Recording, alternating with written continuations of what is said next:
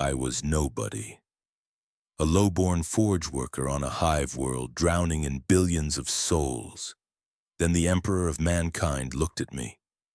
Not through a statue, not through some priest's sermon, but directly at me across the galaxy, and my entire existence shattered like glass under a hammer. My name is Cale Thorne, and this is what it's like to be personally chosen by a god you never believed was real. The heat in Foundry Level 97 could melt flesh if you stood too close to the forges. I had worked there for 12 years, ever since I turned 16, and the overseers dragged me from the Hab Block school chambers. 12 years of 18-hour shifts. 12 years of breathing air so thick with metal dust that I coughed black every morning. 12 years of never seeing the sky because there was no sky to see. Just 40 levels of industrial hell stacked above me and countless more below. Volantis Prime was a hive world. 40 billion people crammed onto one continent-sized city that stretched from bedrock to the clouds.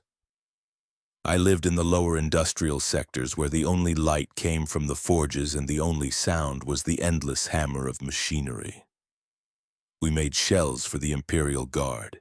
Millions of artillery rounds every single day shipped off to wars I would never see on worlds I would never visit. Each shell was stamped with a serial number and a prayer to the Emperor. I had pressed that prayer stamp 10 million times in my life. The words meant nothing to me. Just another part of the job. The other workers were like me. Hunched figures in heat-resistant coveralls. Faces covered with breathing masks. Bodies bent from years of repetitive labor. We didn't talk much. Couldn't hear over the machinery anyway. We just worked. Collected our ration chits, went back to our tiny hab units, slept, and returned to do it again. This was life. This was all life had ever been. I never expected anything different. Nobody born in the lower hive ever did. It happened on a day exactly like every other day.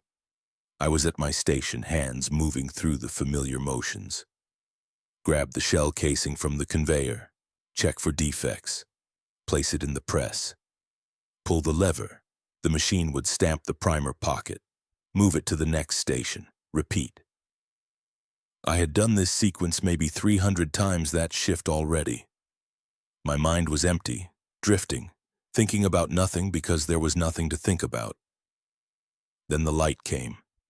It started as a pressure behind my eyes like someone was pushing their thumbs into my skull from the inside. I blinked, thinking maybe I had gotten metal dust in my eyes again. But the pressure grew stronger. My hands stopped moving. The shell casing I was holding dropped from my grip and clattered on the metal floor. Around me, the other workers kept moving, kept working. The machines kept hammering. Nothing had changed for them. But for me, everything was ending. The golden light erupted across my vision like a sun had ignited. Inside my head. I couldn't see the foundry anymore. Couldn't see my hands or the machines or anything real. There was only the light, and within that light something vast and terrible and beautiful beyond any words I knew. I tried to scream, but my throat wouldn't work. I tried to move, but my body was locked in place. The light kept growing brighter, hotter, until I thought my brain would cook inside my skull. Then I saw him. The golden throne appeared before me, massive beyond comprehension, wrapped in machinery that looked like it had been built by gods. And sitting on that throne was a figure that made my heart stop beating for 3 full seconds. Skeletal, ancient. Wrapped in tubes and cables that pulsed with dim light. This was the Emperor of Mankind, not the glorious golden warrior from the propaganda posters. Not the mighty figure the priests described in their sermons. This was a corpse that refused to die, a being kept alive by machines and suffering and will alone. His face was withered, the skin pulled tight over bones that looked fragile as dried paper. But his eyes burned with a light that had seen the birth and death of civilizations. Those eyes turned toward me, looked directly at me. Not at the millions of others on my world. Not at the billions across the galaxy. At me, Cale Thorne. Nobody, nothing. A skeletal hand rose from the throne's armrest, moving with terrible slowness. One finger extended, pointing across an impossible distance, pointing through the walls of reality itself, pointing at my chest, at my heart, at whatever pathetic excuse for a soul existed inside me. Then the voice came. Not through my ears. It bypassed them entirely, manifesting directly inside my consciousness like words written in fire on the surface of my brain. Cale Thorne, you are needed. 4 words. 4 simple words that destroyed everything I thought I knew about existence. The Emperor of Mankind knew my name, knew I existed, had reached across the entire galaxy to find me specifically among the countless trillions of humanity. Me, a forge worker who had never been more than 50 meters from his station in 12 years. The vision shattered like breaking glass. I was back in the foundry, the heat and noise and metal dust slamming back into my senses all at once. I was on my knees. My breathing mask had come loose and hung around my neck. My hands were shaking so badly I couldn't control them. Around me, the other workers finally noticed something was wrong. They had stopped their tasks and were staring at me. My supervisor, a massive man named Vorkus with augmented arms built for heavy lifting, stomped over to my station. His face was red with anger behind his mask. He grabbed my shoulder and hauled me to my feet with enough force to nearly dislocate my arm. Thorne, what in the name of Terra are you doing? You've stopped production for 3 minutes. 3 minutes. Do you know what that costs? Get back to your station or I'll have you sent to the reclamation pools. I tried to speak. My mouth opened, but only a wheeze came out. My legs wouldn't support my weight. I sagged in his grip, my mind still reeling from what I had seen. Was it real? Had I actually seen the Emperor, or was this just hive madness? People went insane in the lower levels all the time. The heat, the chemicals, the endless grinding labor. It broke minds eventually. Maybe my time had finally come. Vorkus shook me like a rag doll. Are you deaf? I said, get back to work. When I still didn't respond, he snarled in disgust and threw me toward the medical station at the edge of the foundry floor. Get him checked out. If he's gone mad, send him down to the recyclers. I'm not keeping dead weight on my line. 2 workers dragged me to the medical station, a small alcove with a rusted cot and some basic supplies. The medic, an old woman with clouded eyes and shaking hands, ran a scanner over my body. She frowned at the readings, tapped the machine, scanned me again. Elevated heart rate, brain activity showing unusual patterns, but nothing critical. Probably just heat exhaustion. She injected something into my arm that made my vision clear slightly. Take an hour rest, drink some water, then back to the line. I lay on that cot for exactly 1 hour, staring at the rust-stained ceiling panels above me, trying to convince myself it had been a hallucination. Just the heat and the chemicals and too many shifts without proper sleep. The Emperor of Mankind didn't reach out to individual workers in forge foundries. That was insane. I was nobody, nothing. Less than dust in the vast machine of the Imperium. But I could still feel where his finger had pointed. My chest ached like something had touched my heart and left a mark burned into the muscle. When the hour ended, I went back to my station. Grabbed the shell casings, checked for defects, placed them in the press, pulled the lever.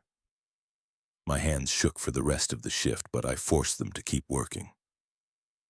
When the shift bell finally rang, 18 hours after it had started, I stumbled back to my HAB unit with the rest of the workers, a shuffling mass of exhausted humanity moving through corridors lit by failing lights.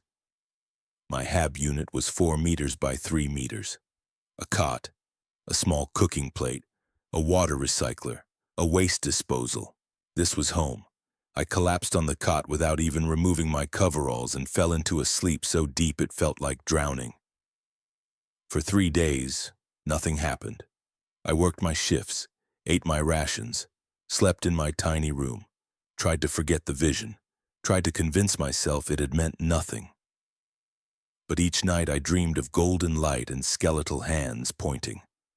Each morning I woke with my heart racing and sweat soaking my sheets. On the third day, everything changed forever. I was halfway through my shift when the alarm klaxons started screaming. Not the normal bells that signaled shift changes or mechanical failures. These were the emergency alerts that meant danger, meant threat, meant something so serious that even production had to stop. The machines powered down. The forges dimmed. In the sudden silence, I could hear my own breathing inside my mask. Vorkas's voice came over the station speakers, and for the first time since I had known him, I heard fear in it. All workers stand down. Remain at your stations. Imperial authority is entering the facility. Do not move. Do not speak. Do not look directly at them. Imperial authority. In the lower hive, that never happened. The Imperium didn't care about places like this. We were too far beneath notice, too insignificant. The authorities stayed in the upper levels where the nobles and merchants lived. They never came down to the industrial sectors unless something had gone terribly, catastrophically wrong. Through the main foundry doors came figures that made my blood turn to ice in my veins. Black armor polished to a mirror shine. Helmets with red eye lenses that swept across the hundreds of workers frozen at their stations. Carapace breastplates bearing the symbol I had only ever seen in propaganda images.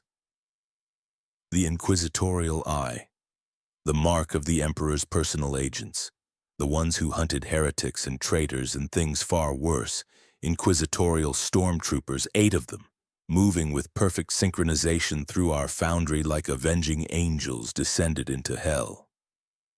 Behind them came a figure in a long black coat that swept the floor. An inquisitor. Even without seeing the face hidden in the shadow of a wide-brimmed hat, I knew this was someone who held the power of life and death over everyone in this facility. They were searching, moving between stations, stopping occasionally to scan a worker with handheld devices covered in blinking lights and incomprehensible readouts.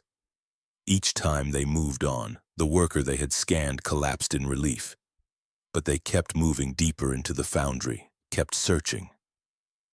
They were coming toward my section. My heart hammered against my ribs so hard I thought it would break through. I hadn't done anything wrong. I hadn't committed heresy. I wasn't a traitor. But the Inquisition didn't need reasons. Everyone knew that. They could declare you guilty of anything and nobody would question it. Nobody could question it. The stormtroopers reached my row, scanned the worker next to me, moved on, scanned the woman across from me, moved on. Then they stopped directly in front of my station.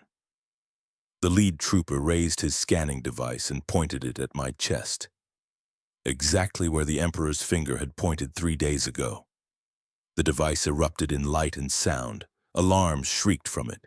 The trooper stumbled back half a step, surprise clear in his body language despite the helmet hiding his face. The Inquisitor moved forward quickly, coat swirling, and took the device from the trooper's hands.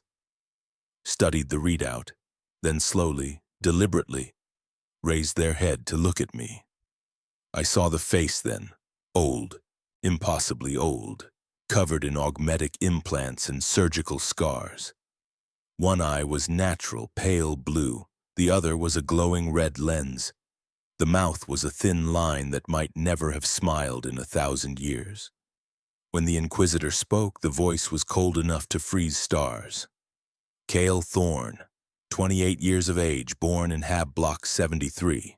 Worker designation 97-441. 8. Is this correct? I couldn't speak, couldn't move, could barely breathe. Answer me, worker. Yes, I managed to wheeze, and that's me. The Inquisitor stepped closer. So close I could smell the strange mixture of incense and machine oil that clung to that black coat. The red eye lens focused on my face with an intensity that felt like it was reading every thought in my head. "The mark is upon him," the Inquisitor said, not to me but to the stormtroopers. "After 10,000 years I witness it myself." The Emperor's touch clear as daylight on his soul. That ancient face turned back to me. "Cale Thorn, by the authority of the Holy Ordos and the divine will of the Emperor himself, you are hereby removed from this world. You will come with us immediately. You will not resist. You will not speak unless spoken to. Do you understand?" "I don't understand any of this," I said, my voice breaking. "What's happening? What mark? I haven't done anything wrong." "You have done nothing wrong," the Inquisitor agreed. "You have been chosen. There is a difference. Now come." Two stormtroopers grabbed my arms, not roughly but with absolute certainty. They lifted me from my station and began marching me toward the foundry exit. Around us, every worker stood frozen, watching. I saw Vorkus standing near the supervisor's platform, his face pale with shock. I saw the medic who had treated me, her mouth hanging open. I saw hundreds of people I had worked beside for 12 years, and in their eyes I saw the same thing. They thought I was being taken to die. Everyone the Inquisition took disappeared forever. That was just how things worked. As we reached the exit, I heard my mother's voice screaming my name from somewhere in the crowd. She worked in the sorting section, must have heard the commotion and come running. I tried to turn, tried to see her one last time, but the stormtroopers kept me moving forward. The last thing I heard from Foundry Level 97 was her sobbing. The sound followed me into the corridor and wouldn't leave my mind. They took me up. We walked through passages I had never seen, industrial elevators that climbed level after level after level. Each level was slightly cleaner, slightly brighter, slightly less hellish than the one below. After what felt like hours, but was probably only minutes, we emerged into a space so vast I couldn't process it at first. The landing platform. Open to actual sky. I had never seen the sky before, never felt wind on my face, never breathed air that hadn't been recycled 1,000,000 times. Above me stretched darkness filled with stars and the lights of orbital stations. Below me I could see the endless sprawl of Volantis Prime stretching to every horizon, an ocean of lights and smoke and misery housing 40 billion souls just like me. And sitting on the platform was a shuttle, sleek, black, marked with the inquisitorial seal. Its engines were already warming up, distorting the air with heat shimmer. The Inquisitor walked up the boarding ramp without looking back. The stormtroopers pulled me along behind. As we entered the shuttle and the ramp began to close, I took one last look at my world, at the only place I had ever known, at the hive that had been my entire universe. The ramp sealed shut, the engines roared, and as we lifted off into the void, I understood with perfect clarity that Cale Thorn, the forge worker, had just died. Whatever I was becoming, whoever I would be when this ended, I would never be him again. The Emperor had chosen me, and that choice had just burned away my entire life like paper in a fire. The interrogation chamber was 3 meters wide and 4 meters long, with walls made of solid steel. A single light hung from the ceiling, casting harsh shadows across the metal table bolted to the floor. I sat on one side of that table in a chair that was welded down so it couldn't be moved. Across from me sat Inquisitor Covenant, the ancient figure who had pulled me from my world and destroyed my life in the space of 5 minutes. 3 days had passed since we left Volantis Prime. 3 days of being locked in a small cabin aboard the shuttle with nothing but a cot and a waste recycler. They brought me food twice a day, standard Imperial rations that tasted like compressed cardboard. Nobody spoke to me. Nobody explained anything. I was left alone with my thoughts and the growing certainty that I was going to die for reasons I would never understand. Now I sat across from the Inquisitor in this cold room and the questions began. Cale Thorn, Covenant said, that ancient voice carrying no warmth at all. Have you ever felt watched by something golden? I blinked. Of all the questions I had expected, that wasn't one of them. What do you mean? Answer the question. Have you ever felt a presence observing you? A sensation of being noticed by something vast and golden? I thought back through my life, 28 years of forges and hab blocks and nothing remarkable. No, I don't think so. I mean, sometimes in the foundry I would get this feeling like someone was behind me, but when I turned around, nobody was there. But that happened to everyone. The heat makes you imagine things. Covenant leaned forward slightly. That red eye lens whirred as it focused tighter on my face. When did these feelings start? I don't know. Maybe 5 years ago, 6, I never really paid attention. Think harder. This is important. I closed my eyes and tried to remember. The foundry days all blended together into one endless shift. But there had been a moment, hadn't there? A day when something changed. There was a fire, I said slowly. About 6 years back, one of the plasma feeds ruptured, killed 40 workers. I was supposed to be in that section, but my supervisor moved me to a different station that morning. He never said why, just told me to work somewhere else. I always thought it was random luck. There is no such thing as random luck in the eyes of the Emperor, Covenant said. What else? What do you mean, what else? Other moments. Other times when you should have died but didn't. When circumstances aligned in ways that saved your life. The memories came faster now, pulled up from places I had buried them.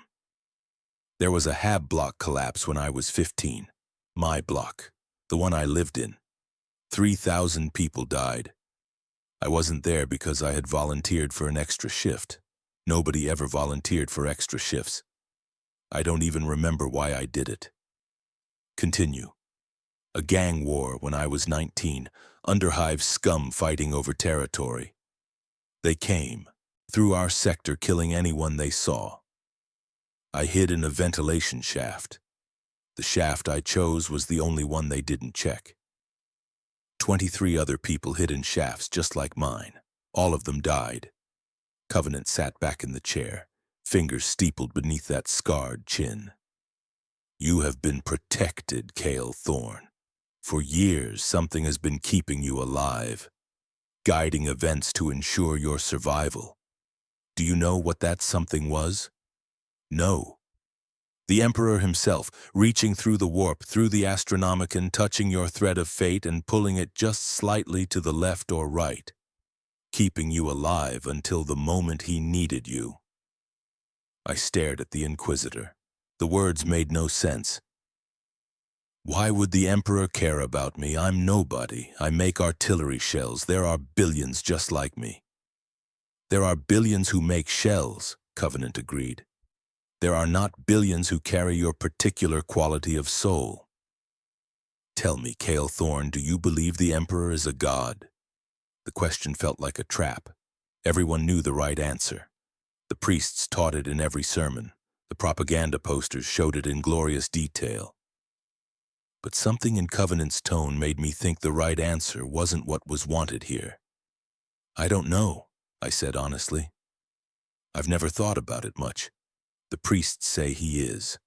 The propaganda says he is. But I've never seen any proof either way. I just worked and tried to survive. Do you pray? No. Never seemed like it would help.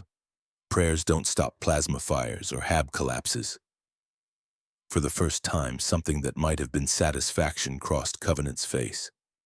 Good, that is very good. Now tell me, when you touch metal, does it feel alive? Another strange question. I looked down at my hands, calloused from 12 years of forge work. Sometimes, especially in the foundry. When I would grab a shell casing, sometimes it felt warm even though it should have been cold, like it was welcoming my touch. I always thought I was imagining it. You were not imagining it. Do dreams of eagles haunt you? Yes, I said, surprised by the sudden certainty. Yes, they do. I've dreamed about a golden eagle for as long as I can remember. It circles above me in the dreams, watching. I can feel its attention like weight on my shoulders. Sometimes it screams and the sound breaks my bones. Covenant stood abruptly. The movement was sudden enough to make me flinch. You carry the mark, Kale Thorn. The Emperor has touched your soul and left his signature upon it. Once every few decades, he reaches out and marks someone. Not for Space Marine transformation, not because they are psychers. We do not fully understand his purpose, but those he marks are called to Terra. They are brought before the Golden Throne, and they emerge changed. Changed how? That depends on the individual. The last person the Emperor marked was 87 years ago, a woman named Kara Shen. She was a factory supervisor on a mining world. After her audience with him, she became something else. She spent 40 years traveling the Eastern Fringe, appearing at critical moments during wars and disasters. She would speak a single sentence and entire battles would turn. Then she died, stopping a Tyranid splinter fleet. Her body was never recovered. The cold in my stomach grew heavier. And you think I'm like her? I think you carry his mark. What that means, only he knows. But you will find out soon enough. We are taking you to Terra, to the Imperial Palace. You will stand before the Golden Throne and the Emperor will reveal his purpose for you. The interrogation continued for hours. Covenant asked about every detail of my life, every choice I had made, every moment I could remember. The questions seemed random, but I knew they weren't. The Inquisitor was searching for patterns, for signs of the Emperor's influence throughout my existence. And the more I answered, the more I realized those patterns were there. Dozens of moments when I should have died, but didn't. Hundreds of small choices that had kept me alive and relatively unharmed in a place where most people were ground to paste by the time they turned 40. When Covenant finally dismissed me, I stumbled back to my cabin in a daze. The shuttle had docked with something larger while I was being questioned. Through the small porthole in my room, I could see we were inside a massive ship. The walls stretched away in every direction, metal corridors wide enough to drive tanks through. This was an inquisitorial vessel, one of the ships that traveled the galaxy hunting threats to the Imperium. I was on that ship for 3 months. The journey to Terra took time. The warp was dangerous and unpredictable. Ships had to stop regularly at safe points, recalculate their routes, make offerings to the navigator houses who guided them through the Imperium. I was allowed out of my cabin now, permitted to walk certain corridors and visit certain chambers. But I was watched constantly. Stormtroopers followed me everywhere. Servo skulls with camera eyes floated above me, recording my every movement. I met others aboard the ship. They regarded me with expressions ranging from curiosity to fear. The first was a sister of battle named Jessica. She was tall, her body enhanced with muscle augmentation and combat drugs that made her faster and stronger than any normal human. She wore power armor painted in red and black, the colors of her order. When she first saw me in one of the ship's chapels, she was praying before a statue of the Emperor. I walked past, trying not to disturb her. But she stopped mid-prayer and turned to stare at me. Her eyes went wide. She dropped to one knee. "You carry his light," she said, her voice filled with awe. "I can see it. Golden threads wrapped around your soul. You have been touched by him." I didn't know what to say. "Please stand up. I'm nobody special." "You are marked by the Emperor himself. That makes you more special than 1,000 of me." But she did stand, though her eyes never left my face. "Where are you being taken?" "Terra, the Golden Throne." She made the sign of the Aquila across her chest. "I have fought for him for 30 years and never been permitted to see the throne world. You, marked as you are, will stand in his presence. Whatever he asks of you, do not fail. The Imperium cannot afford your failure." She walked away then, leaving me more unsettled than before. The second was a navigator named Estella. Navigators were mutants, humans whose genetics had been altered to give them a third eye that could see into the warp. They guided ships through the Imperium, the only reason humanity could travel faster than light. Without them, the Imperium would collapse. I found her in the navigator's spire, a tower that rose from the ship's spine and was normally forbidden to all non-navigators. But Covenant had given me permission to explore, and I was curious. The door opened when I approached. Inside was a chamber filled with star charts and warp maps that made my eyes hurt to look at. Estella sat in a throne-like chair at the center, her third eye covered by a black cloth. When I entered, she flinched. "You shouldn't be here," she said quickly. Her voice was afraid. "You shouldn't be anywhere near me." "Why not?" "Because you burn. In the warp, you burn like a small sun. I can see you even with my eye covered. Golden fire wrapped around your soul. It hurts to look at you. What are you?" "I don't know. The Inquisitor says the Emperor marked me." She laughed, but it wasn't a happy sound. "Marked you? He's done more than mark you. He's claimed you, wrapped you in his power so tightly that nothing in the warp can touch you without his permission. I've been a navigator for 60 years and I've never seen anything like it. You're terrifying. I'm just a forge worker. You were a forge worker. Now you're something else, something I don't have words for." She turned away from me, her hands shaking. "Please leave. Your presence disrupts my work. I can't concentrate with that light burning in my peripheral vision." I left, more confused than ever. The third was a tech priest named Archmagos Ven. Tech priests were members of the Adeptus Mechanicus, the organization that maintained all the Imperium's technology. They augmented their bodies with machines, replacing flesh with metal until they were more machine than human. Ven had replaced over 70% of his body. Only his brain and a few organs remained organic. He found me in the ship's observation deck, a chamber with massive windows that looked out into the warp. The Imperium was beautiful in a horrifying way. Impossible colors swirled in patterns that changed every second. Shapes that might have been creatures or might have been shadows moved in the distance. I could stare at it for hours and never see the same thing twice. Ven approached with the clicking whir of servo motors. His eyes were replaced with red optical lenses that rotated and focused with mechanical precision. "Subject Cale Thorne," he said in a voice that was half human, half machine.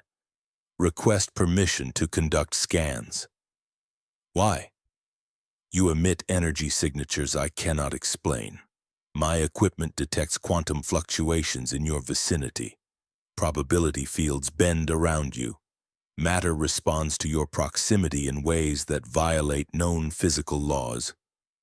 I must understand this phenomenon. I don't think I'm doing anything. Conscious volition is not required. The effect is passive. Please remain still." He produced a handheld device covered in dials and screens. When he pointed it at me, the device immediately started beeping so fast the individual beeps became a continuous tone. Numbers scrolled across the screens too quickly to read. Ven made a sound that might have been surprise in a more human throat. "Impossible. The readings indicate you are simultaneously present in both real space and the warp. You exist in 2 dimensions at once, but you are not a psyker. You show no signs of warp mutation. How is this possible?" "I don't know." He scanned me again from multiple angles. Each time the device reacted the same way. Finally, he lowered it and turned those mechanical eyes on me. "The Emperor has done something to you, rewritten the fundamental nature of your existence. You are no longer entirely human, but you are not post-human either. You are something new, a prototype. I cannot predict what you will become." "That's reassuring," I said.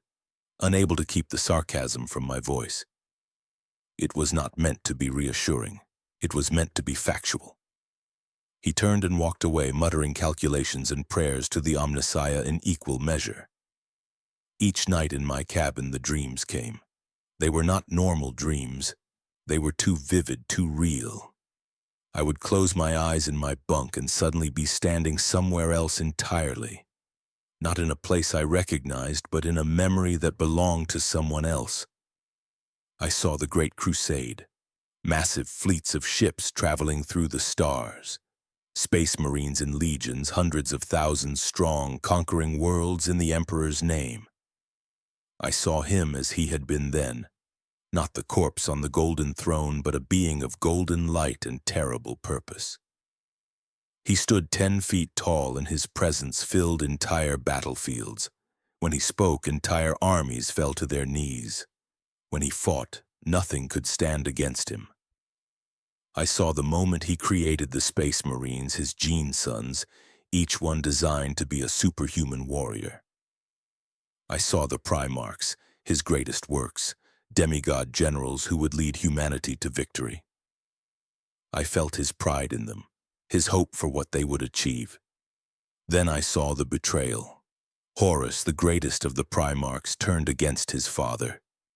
Half the Space Marine legions followed him into rebellion. The galaxy burned. Brother fought brother. Father fought son. The Imperium that was supposed to unite humanity instead tore itself apart in the most terrible war in human history. I saw the final battle. Horus and the Emperor facing each other on a ship above Terra. I felt the Emperor's grief as he realized his son was lost forever, corrupted beyond redemption. I felt his pain as he was forced to destroy the being he loved most in the galaxy. And I felt his agony as Horus struck back, dealing wounds that would never heal. The Emperor was carried broken to the Golden Throne. His body was shattered, his flesh was dying, but his will refused to surrender. He had work left to do. Humanity needed him. So he endured. For 10,000 years he sat on that throne in constant agony, holding the Imperium together through sheer force of will. I woke from these dreams gasping, my sheets soaked with sweat. The memories weren't mine, but they felt as real as anything I had actually experienced. I understood then what was happening. The Emperor was preparing me, showing me the history I needed to know, teaching me in the only way he could while I was still far from Terra. The ship traveled through the warp for 3 months. We made 7 stops at various points across the galaxy, picking up supplies and receiving new orders. Each time we stopped, I could feel we were getting closer to something. The pressure in my head grew stronger. The golden light in my dreams grew brighter. Whatever was waiting for me at Terra, it was pulling me forward like gravity. On the 91st day, alarms sounded throughout the ship, not danger alarms. These were different, triumphant, victorious. I ran to the observation deck and pressed my face against the windows. We had emerged from the warp into real space, and before us, shining like a jewel against the darkness, was the Sol system, humanity's birthplace, the cradle of civilization. I could see Terra, the blue and green planet now covered almost entirely in cities, the throne world, home to the Emperor himself. Around it orbited hundreds of defensive stations, weapon platforms the size of moons, fleets of warships numbering in the thousands. This was the most heavily defended place in the entire galaxy, and we were going down to the surface. The journey from orbit took 6 hours. Our shuttle descended through layers of atmospheric defenses, each one checking our authorization codes and scanning us for threats. The sky turned from black to blue. Clouds appeared and vanished, and then I saw it, the Imperial Palace. It was bigger than anything I could have imagined, bigger than Volantis Prime, bigger than entire continents. It stretched across thousands of kilometers, a mountain range of gold and marble and adamantium. that had been built and rebuilt over 30,000 years. Towers reached up into the clouds. Walls thick enough to withstand orbital bombardment surrounded sections larger than whole cities.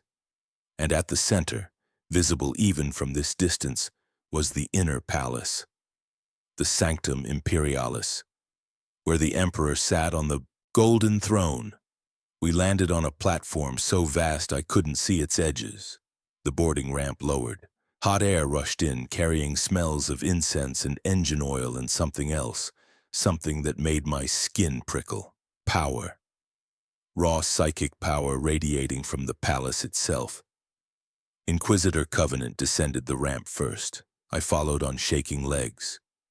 At the bottom waited figures in golden armor so beautiful it hurt to look at. They stood 3 meters tall, their armor covered in artistic details and symbols of authority. Each one carried a weapon that crackled with barely contained energy. Custodes, the Emperor's personal guard, the 10,000 warriors who had protected him for 10,000 years. Their captain stepped forward. His armor was more ornate than the others, his cloak a deep red that pooled on the ground behind him. When he spoke, his voice came from external speakers built into his helmet. Kale Thorn, the Emperor has called. We have guarded him for 10,000 years and never seen this, never witnessed him reach out to mark someone as he has marked you. You will stand before the golden throne. You will enter his presence. Whatever he asks of you, know that the fate of humanity may rest upon your answer. He turned without waiting for my response. The other custodes formed up around me, not threatening but absolutely certain. We began walking toward the palace entrance, toward doors that stood 50 meters high, toward the being who had destroyed my life and chosen me for reasons I still didn't understand. With every step, the pressure in my head grew stronger. The golden light burned brighter behind my eyes. My body felt strange, like it was vibrating at a frequency just slightly wrong for the universe around it. I was going to stand before the Emperor of mankind, and I had absolutely no idea if I would survive the experience. The corridors of the Imperial Palace were wider than the main throughways of Volantis Prime. The ceilings stretched so high above me that clouds could have formed beneath them. Every surface was covered in artwork that must have taken centuries to create. Murals showing the Emperor's victories, statues of heroes whose names were legend, tapestries woven from threads of gold and silver depicting battles that had shaped the fate of humanity. We walked for what felt like hours. The custodes moved in perfect silence despite their massive armor. Their weapons hummed with contained power. I could feel their attention on me even though their helmets hid their faces. They were evaluating me, judging whether I was worthy of what was about to happen. We passed through chambers where I knew High Lords of Terra conducted the business of ruling an entire galaxy. Council rooms with tables carved from single pieces of marble. War rooms with hololithic displays showing every conflict currently raging across human space. Libraries containing books so old and precious that a single page was worth more than my entire hive level had produced in a year. But we didn't stop at any of these places. We kept moving deeper, closer to the center, closer to him. The deeper we went, the stranger things became. Reality felt thinner here, like the walls between the physical universe and the warp were stretched tight enough to tear. I could see colors that didn't exist in normal light. Hear sounds that weren't quite sounds, more like the echo of music played in another dimension. The air tasted of electricity and something ancient that made my teeth ache. We entered a section where the artwork changed. These murals were older, darker. They showed the Horus heresy. Brother fighting brother. Primarchs locked in combat. Entire worlds burning. I saw images of Horus himself, the greatest of the Emperor's sons, twisted by powers from the warp into something monstrous. I saw the final confrontation between father and son rendered in such detail that I could almost hear their screams. The custodes captain noticed me staring at one particular image. It showed the emperor carrying Horus's body after their battle. The emperor's face was grief incarnate. Even rendered in paint and gold leaf, the emotion was overwhelming. "That moment destroyed him," the captain said quietly. "Not the physical wounds, though those were mortal. The emotional wound of having to kill his most beloved son. That is what truly broke the emperor. He has never recovered. 10,000 years of sitting on that throne, and that wound still bleeds." "Why are you telling me this?" I asked. "Because you need to understand what you are about to face. The being on the golden throne is not the emperor who walked among humanity during the Great Crusade. He has been changed by 10 millennia of suffering. Changed by the worship of trillions who call him God despite his wishes. Changed by the constant psychic pressure of holding the Imperium together through sheer will. You must be prepared for what you will see." We continued walking. The corridors grew narrower now, the ceilings lower. This section of the palace was built on an older foundation, I realized. These walls had stood here before the current Imperium existed, before the Horus heresy, maybe even before the Emperor unified Terra 30,000 years ago. We were walking through the bones of human history. Finally, we reached a door. It was massive, easily 20 meters tall and 10 meters wide. The metal was gold, but not the bright decorative gold I had seen elsewhere. This was old gold, darkened by age and power. Symbols covered every centimeter of its surface. Some I recognized from imperial iconography. Others were older, stranger, from civilizations that had risen and fallen before humanity reached the stars. The custodes stopped. Their captain turned to face me. "Beyond this door lies the Sanctum Imperialis, the chamber of the golden throne. No one enters uninvited except the custodes who guard it, the tech priests who maintain it, and the psychers who are sacrificed daily to sustain it. You have been called. The Emperor himself has summoned you. That has not happened in 87 years. He paused, and I could feel the weight of what he was about to say. "We who guard him cannot accompany you further. Only those he calls may enter uninvited. Inside that chamber you will face the most powerful being humanity has ever produced. If he judges you unworthy, your death will be instantaneous. Your soul will be consumed before you even realize you are dying. If he finds you worthy, you will be changed forever. There is no middle ground. Do you understand?" My mouth was too dry to speak. I nodded. "Then go. Face your destiny. And know that we who stand eternal watch are praying for your success, because if you fail, we do not know what that failure will mean for humanity." The door began to open. Not pushed by hands or servos, but by power. Psychic energy so intense I could see it. Golden light pouring through the widening gap. The light was blinding, overwhelming, beautiful and terrible in equal measure. It called to something deep inside me, something that had been sleeping until the moment 3 months ago when he first touched my soul. I walked forward. My legs moved without conscious thought. 1 step, 2 steps, 3. Through the door, into the light. The door closed behind me with a sound like thunder. I stood in the Sanctum Imperialis. The chamber was vast beyond description. The ceiling disappeared into darkness so far above that it might as well have been the void of space. The walls were lined with machinery that had been built and rebuilt over 10,000 years. Tech priests moved between the machines like insects, their augmented bodies clicking and whirring as they performed maintenance on systems I couldn't begin to understand. Servo skulls floated through the air, their dead eyes recording everything. But I barely noticed any of that, because at the center of the chamber, dominating everything, rising like an artificial mountain, was the golden throne. It was enormous, 50 meters tall at least, maybe more, built from gold and adamantium and technologies that predated the current Imperium.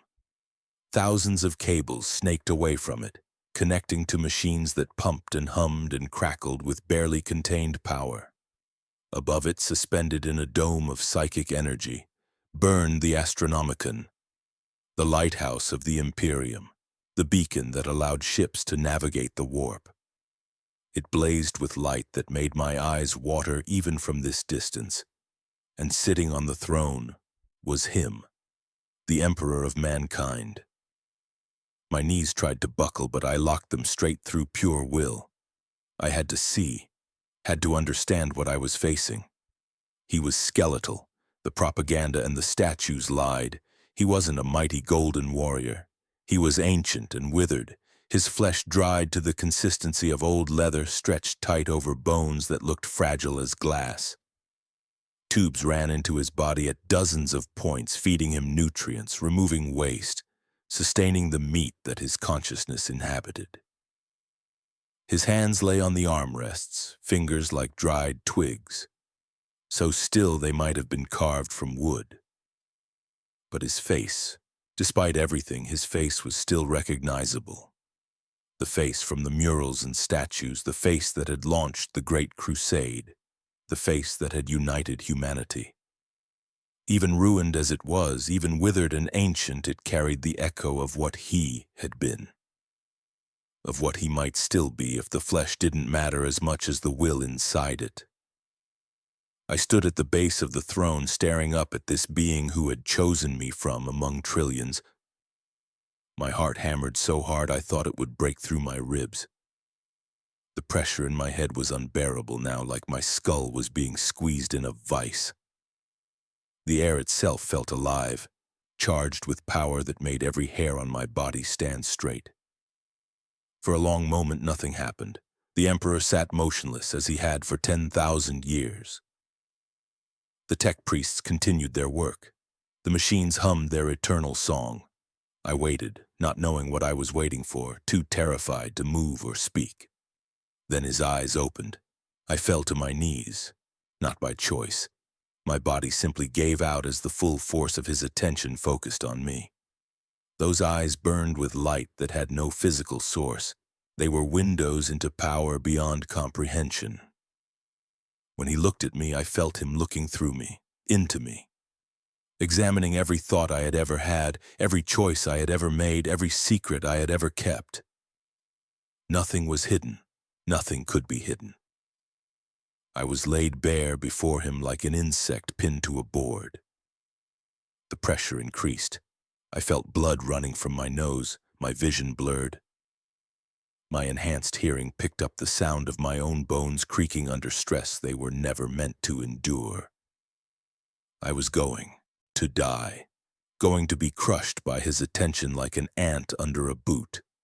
Then the pressure changed, became something else, not crushing, but lifting, pulling me up from my knees, supporting me. I found myself standing again, though I had no memory of standing. My body moved without my input, positioning itself exactly where he wanted it. And then he spoke, not with words, not with sound. His voice bypassed my ears entirely, manifesting directly inside my consciousness. It was like having thoughts that weren't mine appear fully formed in my head. But these weren't thoughts. They were meanings too complex for language, ideas that contained within them entire philosophies, complete understandings, truths that would take lifetimes to explain with words. But my mind translated them into something I could process, into words I could understand. Cale Thorne, I have watched you. The simple statement carried weight that nearly crushed me again. He had watched me. The Emperor of mankind had observed my pathetic life on Volantis Prime, had seen me making shells in a foundry, had witnessed my struggles and my survival. For years he had paid attention to me specifically. Why? I managed to gasp. Why me? The answer came not in words, but in images.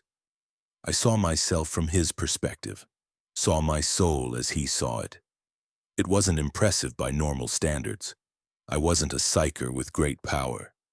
I wasn't a warrior with exceptional skill.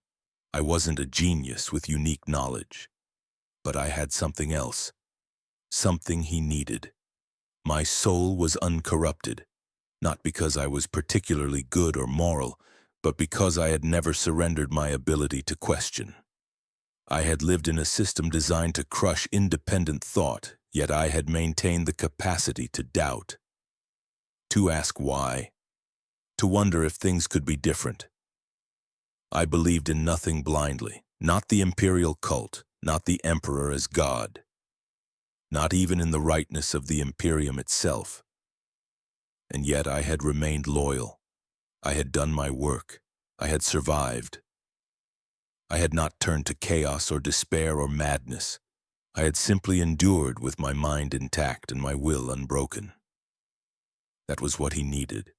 Someone who could think independently but remain loyal. Someone who could question but still serve. Someone who had faith not because they were told to have it, but because they chose it themselves. More images flooded my mind. I saw the Imperium as he saw it. A corrupt nightmare that bore no resemblance to what he had tried to build. He had wanted humanity freed from superstition and fear. Instead, they worshipped him as a god and lived in constant terror. He had wanted science and reason to guide mankind. Instead, they treated technology as sacred and killed anyone who questioned doctrine. He had wanted humanity to evolve into something greater. Instead, they had stagnated for 10,000 years, growing weaker with each generation. But he could not fix it from the throne. He was trapped here, unable to leave, unable to do anything but hold the Imperium together through sheer psychic power. If he let go for even a moment, the Astronomicon would fail. Ships would be lost in the warp. The Imperium would fragment and collapse. Chaos would consume everything. So he needed agents. People he could send out into the galaxy to act with his authority. People who could see what was wrong and work to fix it without waiting for orders or following doctrine blindly. I saw the previous agent, Kara Shen, the woman Inquisitor Covenant had mentioned. I saw her life after meeting the Emperor. 40 years of traveling the galaxy, appearing at critical moments, speaking truths that changed the course of battles and wars. She had saved billions of lives, had held back Tyranid invasions and chaos incursions through nothing but being in the right place at the right time with the right words. And I saw how she died, fighting the hive mind itself, buying time for an evacuation fleet to escape. Her body torn apart by creatures the size of buildings while golden light poured from her wounds. She had died smiling, knowing she had succeeded in her final mission. Now it was my turn. "What do you want from me?" I asked. My voice was steadier now. The pressure had eased enough that I could think almost clearly. The answer came in a rush of information that nearly overwhelmed me. There was a sector on the far edge of the galaxy, the Karathi sector. Imperial control there was weak and growing weaker. The local authorities were corrupt. The Space Marine chapters that were supposed to protect it had been drawn away to other wars. Pirates and Xenos raided freely. The people suffered under oppression from their own government while also facing threats from outside. But that wasn't the real problem. The real problem was something else. Something ancient stirring beneath the surface of one of the sector's worlds. Something that had been sleeping for millions of years and was now beginning to wake. The Emperor couldn't reach it directly. His power couldn't extend that far while also maintaining the Astronomicon and holding the Imperium together. He needed someone on the ground, someone who could investigate, someone who could act. That someone was me. But I would need to be changed first, enhanced, given abilities that would allow me to survive what was coming. "This will hurt," the Emperor's voice said in my mind, and there was something in that statement that might have been sympathy, or memory of his own transformations long ago. Then the golden light struck me. I screamed, I couldn't help it.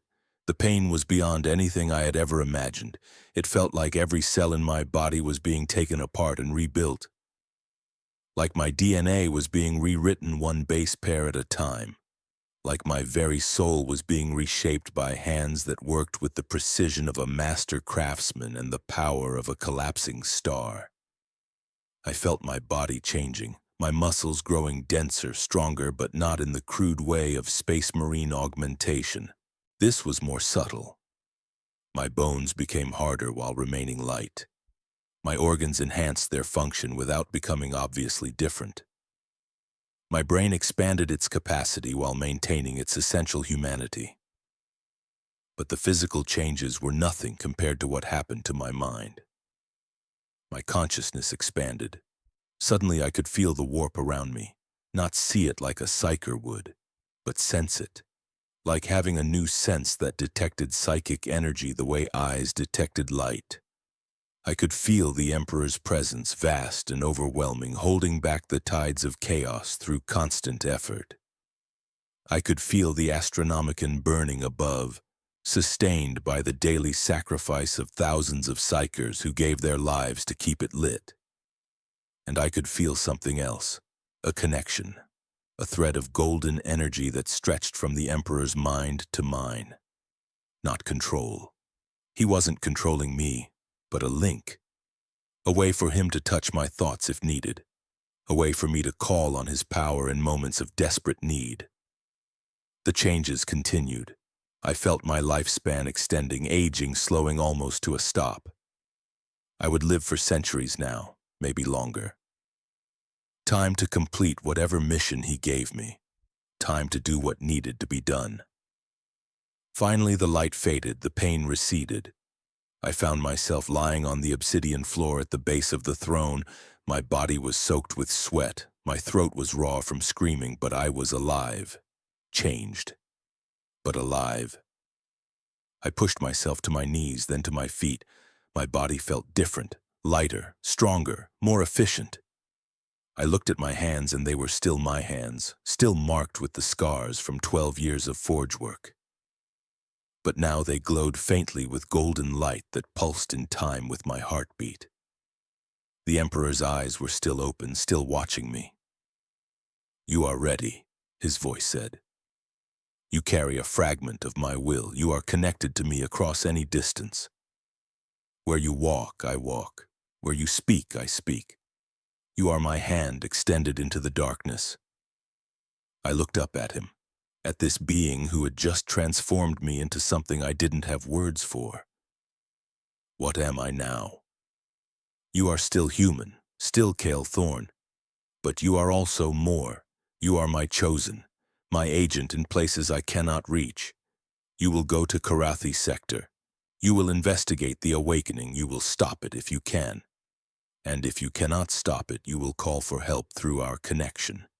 And I will send what aid I can spare. And if I fail? For the first time, I felt something like emotion in his communication. Not anger, not disappointment, something sadder, something that might have been resignation. If you fail, the sector falls, billions die, and something ancient and terrible is loosed upon the galaxy. But you will not fail. I chose you because I believe you are capable of this. I do not choose lightly. I cannot afford to. He showed me one final image, a world in the Karathi sector, Karathi Prime, the sector capital. I saw its cities, its people, its struggles. I saw the corrupt governors who bled the population dry. I saw the pirates who raided from hidden bases. I saw the signs of the ancient awakening, subtle things that most people wouldn't notice. Strange earthquakes, unexplained disappearances, technology failing in ways that made no sense. "Go there," the Emperor commanded. "Learn what you can. Act as you must. Trust your judgment. I chose you for your ability to think independently. Do not waste that gift by seeking constant guidance. You are my hand. Act with my authority." The connection began to fade. The Emperor's eyes started to close. But before they did, I felt one last message push into my mind. You asked why I chose you, Cale Thorne. The answer is simple. Because you never stopped being human even when the system tried to make you a machine. That humanity is precious. Do not lose it no matter what you face. His eyes closed. The golden light dimmed, and I was alone in the Sanctum Imperialis, changed forever, carrying a mission I barely understood and power I had no idea how to use. I turned toward the door. It opened as I approached, responding to my presence now as it would to a custodian or high-ranking official. The custodes waited outside, their weapons ready as if they expected me to emerge as something that needed to be killed. But when they saw me, they lowered their weapons. Their captain stepped forward, examining me with sensors built into his helmet.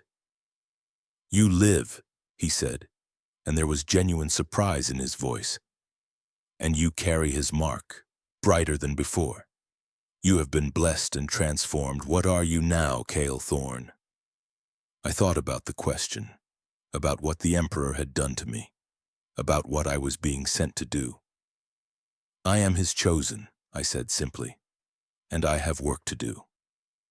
The captain nodded slowly. Then we will take you to the next stage. You must be equipped, trained, prepared for what comes next. The Emperor has given you power, but you must learn to wield it. We began walking back through the corridors, but everything looked different now. My enhanced senses picked up details I had missed before. I could feel the psychic wards built into the walls, could sense the presence of other powerful beings scattered throughout the palace, could perceive reality in ways I never could before. I was still Cale Thorne, still the forge worker from Volantis Prime, but I was also something new, something the Imperium had never seen before, an agent of the Emperor himself sent out into the darkness to face threats that even he couldn't reach directly.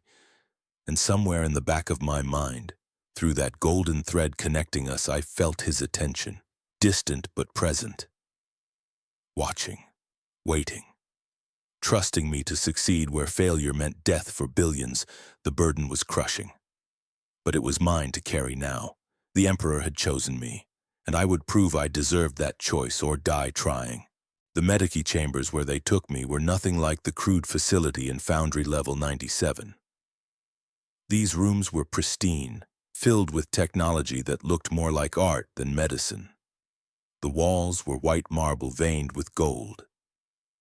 The examination tables were carved from single pieces of stone that somehow adjusted their shape to perfectly support a body. Servo skulls floated near the ceiling, their sensors tracking every biological function with precision beyond human capability. I lay on one of those tables for 6 days while my body stabilized into its new form. Tech priests and Medicae specialists moved around me constantly, taking readings, running scans, muttering to each other in medical terminology I didn't understand. They drew blood that now glowed faintly gold in the vials. They measured my bone density and found it had tripled. They tested my reflexes and discovered I could catch objects thrown at speeds that should have been invisible to human eyes.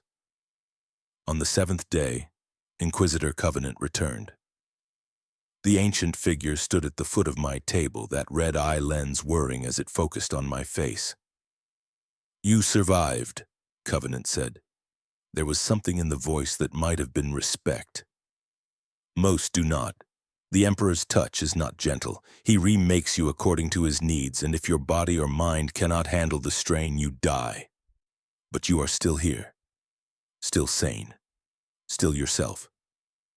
I don't feel like myself, I said. My voice was different now, carrying harmonics that hadn't been there before. Everything is sharper, clearer. I can feel things I never felt before. It's overwhelming. You will adapt. The Emperor does not choose those who break easily. Covenant moved closer, examining me with both eyes now. I have served the Ordos for 300 years. In that time, I have seen 2 others who carried the Emperor's mark as you do. Both were formidable. Both accomplished things that shaped the fate of entire sectors. Both died in service to him.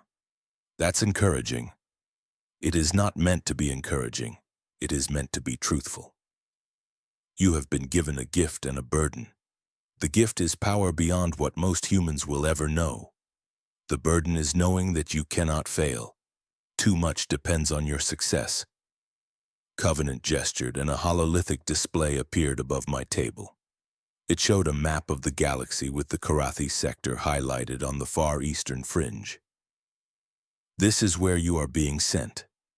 7 systems, 42 habitable worlds, population of approximately 60 billion. It is not a critical sector by imperial standards, not a major manufacturing center or military stronghold. But the Emperor believes something is awakening there, something that could become critical if left unchecked. The display zoomed in, showing details of each system. I saw hive worlds and agri-worlds, forge worlds and feral worlds. I saw trade routes and military installations. I saw all the infrastructure that kept a sector functioning within the vast machine of the Imperium. Your mission is investigation and intervention. Find what is awakening. Determine if it poses a threat. If it does, stop it. You will have resources at your disposal, a ship, a crew of specialists chosen for their skills and their absolute loyalty to the Emperor's direct will. But the decisions will be yours to make. The Emperor has given you his authority. Use it wisely. What if I don't know what to do? I asked. I'm not a soldier, not a scholar. I made artillery shells for 12 years. How am I supposed to know how to handle ancient awakenings and galactic threats? Covenant leaned closer. The Emperor did not choose you for your training. He chose you for your judgment, for your ability to see clearly and act decisively without the weight of doctrine clouding your vision. Trust that judgment. Trust that he saw something in you worth investing this much power. The Inquisitor straightened and turned toward the door. Rest tonight. Tomorrow your training begins. You have much to learn before you depart for Karathi sector. The training was brutal and efficient. For 3 weeks I learned things that normally took years to master. But my enhanced mind absorbed information at an impossible rate. Knowledge stuck after a single explanation. Skills developed after minimal practice. The Emperor's transformation had given me the capacity to learn as quickly as I needed to learn. A weapons master from the Officio Assassinorum taught me combat, not the raw aggression of a space marine or the disciplined formations of the Imperial Guard. Something more subtle. How to read an opponent's body language, how to turn their strength against them, how to kill quickly and quietly when necessary. My enhanced body made the physical techniques easy. But the mental discipline, the calm center required to use violence effectively without becoming consumed by it, that took longer to develop. A librarian from the Blood Angels chapter, one of the Psyker space marines who channeled warp energy, taught me about my new senses. He couldn't teach me to use psychic powers because I wasn't a Psyker, but he could teach me to recognize psychic energy when I felt it, to understand the difference between natural phenomena and warp corruption, to sense when something had been touched by chaos and needed to be destroyed. A diplomat from the Administratum taught me how to speak with authority, how to command without threatening, how to make people want to follow my suggestions rather than forcing them through power alone. This was harder than the combat training. I had spent my whole life being invisible, staying quiet, avoiding attention. Now I needed to project confidence and authority I didn't feel. But the most important training came from an unexpected source. On the 18th day, a custodian came to my quarters. Not the captain who had led me to the throne room, but another one whose armor was marked with symbols I didn't recognize. He stood in my doorway, 3 meters of golden perfection, and gestured for me to follow. He led me to a chamber I hadn't seen before. It was circular, about 20 meters across, with walls covered in weapons from every era of human history.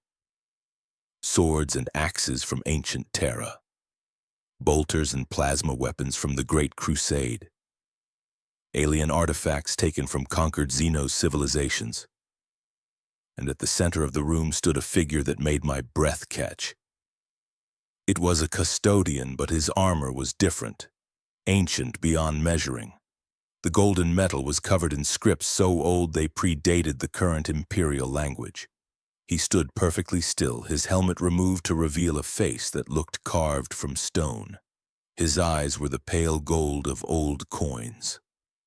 "My name is Valdor's heir," he said. His voice was deep, resonant, containing centuries of authority. I knew the Emperor when he walked among us in flesh. I fought beside him during the Unification Wars. I was there when he created the first Primarchs, and I am here now to teach you the most important lesson you will ever learn. "What lesson is that?" I asked. "How to remain human when you have been given power beyond humanity." He gestured and the room's lights dimmed. Images appeared on the walls, hololithic recordings from ages past. I saw Space Marines, the Emperor's greatest warriors, falling to corruption. I saw them turn to chaos, transform into monsters, betray everything they had been created to protect. I saw Primarchs, beings designed to be perfect, succumb to pride and ambition and rage. "The Emperor learned a terrible truth during the Horus Heresy," Valdor's heir said. "Power corrupts even the best intentions. He created the Primarchs to be perfect, and they failed him. He created the Space Marines to be loyal, and half of them turned traitor. Every time he has tried to make humanity into something greater, that greatness has become a weakness." The images changed. Now I saw the current Imperium, inquisitors who had become tyrants, chapter masters who ruled their domains like kings, high lords more interested in their own power than in serving humanity. The corruption wasn't always chaos. Sometimes it was just human weakness amplified by authority. "You have been given power, Cale Thorn, not as much as a Primarch, not as much as a Space Marine, but more than any normal human.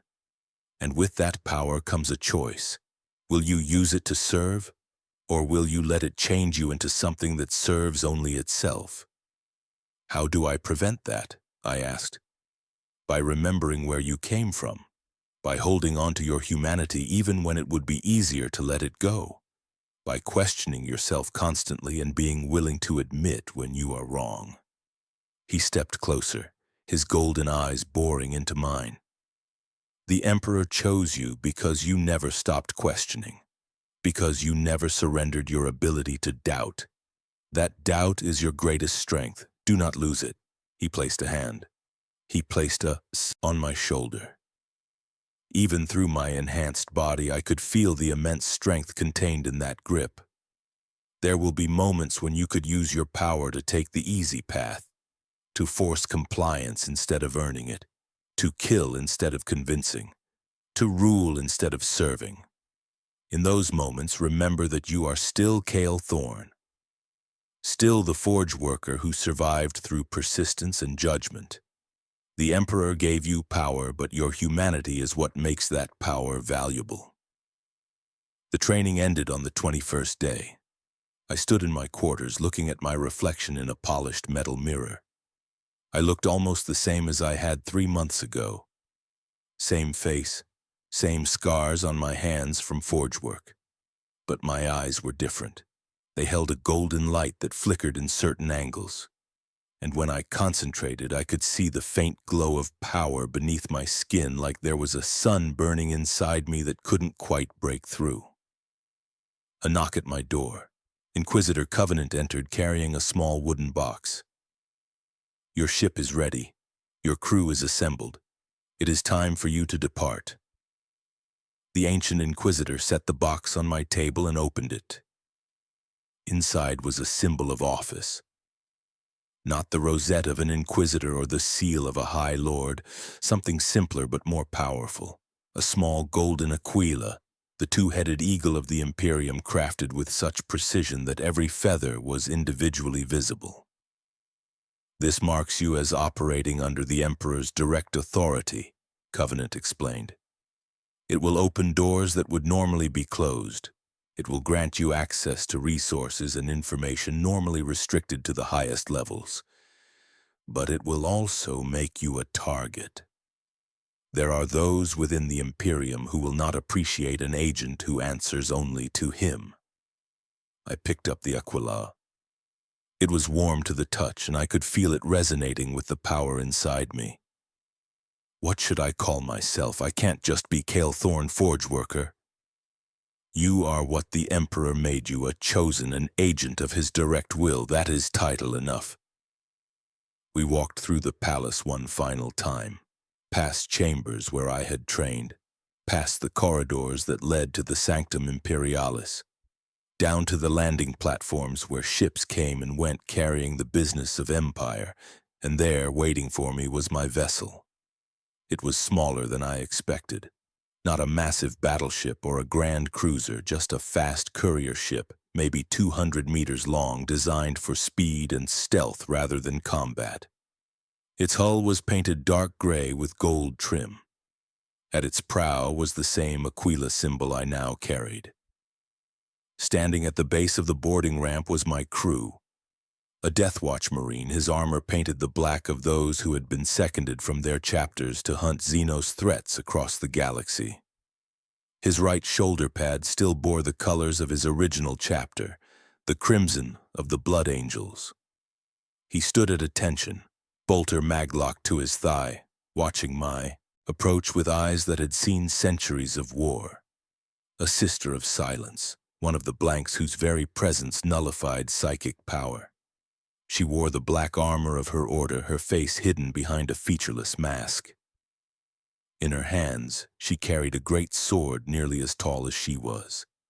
Around her, the air felt dead, empty, as if her null aura was pushing reality away. A rogue trader, a merchant explorer, granted a warrant to trade beyond imperial borders. She wore a coat of fine fabric embroidered with gold thread, and her augmented left eye glowed with soft blue light. At her hip hung a plasma pistol that looked more like jewelry than a weapon, but I had no doubt it was functional. An astropath, one of the blind psychers who communicated across the stars. He was old, his eye sockets burned out from the soul-binding ritual that had connected him to the Emperor decades ago. He leaned on a staff of twisted wood, his robes marked with protective sigils. And standing slightly apart from the others was a tech priest of the Adeptus Mechanicus. His body was more machine than flesh, with 6 mechanical arms extending from his back like a spider's legs. His face was hidden behind a bronze mask shaped like a skull, and his voice when he spoke came from a vox speaker in his chest. Covenant gestured to them. These are your crew. Each has been selected for their skills and their loyalty. The Marine is Brother Cassius, seconded from the Death Watch. The sister is Vigil Serena. The trader is Captain Helene Vross. The astropath is Keeper Manus. The tech priest is Magos Dren. They know you are the Emperor's chosen. They will follow your commands without question. I looked at these 5 specialists, each one formidable in their own right, and felt the weight of responsibility settle on my shoulders like physical pressure. These people would be depending on my judgment. Their lives would be in my hands. "What are your orders, chosen?" Brother Cassius asked. His voice was deep, resonant with the enhanced physiology of a space marine. I thought about the mission, about Karathi Sector waiting at the edge of the galaxy, about the ancient thing awakening there, about the billions of lives that could be lost if I failed. And I thought about what Valdor's heir had taught me, about staying human, about questioning, about serving rather than ruling. "First, stop calling me chosen," I said. "My name is Kale. I was a forge worker 3 months ago. I'm still getting used to all of this. We're a team now. I'm not some distant authority. We work together." I saw Brother Cassius's helmet tilt slightly, surprise evident even through the ceramite. The others exchanged glances, This clearly wasn't the dynamic they had expected. Second, I need each of you to teach me. I have power now, but I don't have knowledge. Brother Cassius, you fought Xenos for decades. I need to learn from that experience. Captain Vross, you've navigated the edges of Imperial space. I need to understand how things work out there. Vigil Serena, you can sense psychic threats that I can't. Keeper Manus, you can communicate across the stars. Magos Dren, you understand technology I can't even recognize. All of you have skills I don't have. I need you to share them. You would take advice from us? Captain Vross asked. You who carry the Emperor's personal authority? I would be an idiot not to, I said. The Emperor chose me for my judgment, not for my knowledge. Part of good judgment is knowing when you need help. For the first time since I had met him, I saw something like approval cross Inquisitor Covenant's face. You begin well, Cale Thorne. Remember this humility when power tempts you to arrogance. Now go. Your mission awaits. We boarded the ship. The interior was functional but comfortable, designed for long voyages with a small crew. I was given the captain's quarters, a room twice the size of my old hab unit with an actual window that looked out into space. I set the golden Aquila on the small desk and stood at that window, watching as the ship lifted from the platform and climbed toward orbit. Terra fell away beneath us. The golden palace grew smaller. The endless city that covered the planet became a pattern of lights against darkness. And then we were in space, surrounded by the defensive stations and the massive fleets that protected humanity's throne world. I felt the ship's warp drive charging, felt the reality around us beginning to thin as we prepared to enter the Imperium. In moments, we would be traveling faster than light, crossing the galaxy toward a sector I had never heard of until 3 weeks ago. Through the connection I shared with the Emperor, I felt a brief touch of awareness. Not words, just the sensation of being noticed, of him being aware that I was beginning my mission. And with that awareness came something that might have been encouragement, or hope, or just acknowledgement that the game was now in motion. I thought about everything that had happened. 3 months ago, I was making shells in a foundry. Invisible, insignificant. One soul among trillions, living a life that would never matter to anyone beyond my immediate circle. Now I was the Emperor's agent, carrying his authority, sent to face threats I didn't understand with power I was only beginning to learn to use. The ship entered the warp. Reality twisted outside the window, becoming the impossible colors and shifting geometry of the Imperium. I felt Vigil Serena's null presence pushing back against the warp, creating a bubble of stability around the ship. Felt Keeper Manus reaching out with his mind, searching for the beacon of the Astronomicon to guide our path. In my quarters, I sat at the small desk and activated the data slate Covenant had given me. It contained everything known about Karathi Sector. I began to read, absorbing information about the worlds I would visit, the authorities I would need to work with, the threats that were already known and documented. But I knew the real threat was the one that wasn't documented, the ancient awakening the Emperor had sensed. Whatever it was, it had been sleeping for millions of years, and now it was stirring. My mission was to find it before it fully woke, to understand what it was, and to stop it if I could. The journey to Karathi Sector would take 6 weeks even with the fastest warp travel, 6 weeks to learn more about my powers, 6 weeks to bond with my crew, 6 weeks to prepare for whatever was waiting at the other end. I looked at my reflection in the dark screen of the data slate. I still saw Cale Thorne looking back at me. But there was something else there now. A confidence I had never had before. A sense of purpose that had been absent from my old life. The Emperor had given me this mission because he believed I could succeed. Because he had seen something in me worth developing. I would not fail him. Not because he was a god, though others called him that. Not because I feared his punishment if I failed, but because he had given me a chance to matter, to make a difference on a scale I never could have imagined, to use my life for something more than just surviving until death. The burden was crushing, but it was mine to carry. I was the Emperor's chosen, not because I was special, not because I was powerful, but because I had never stopped being human even when the system tried to make me something less. That humanity was my strength, my weapon, the thing that would let me succeed where others might fail.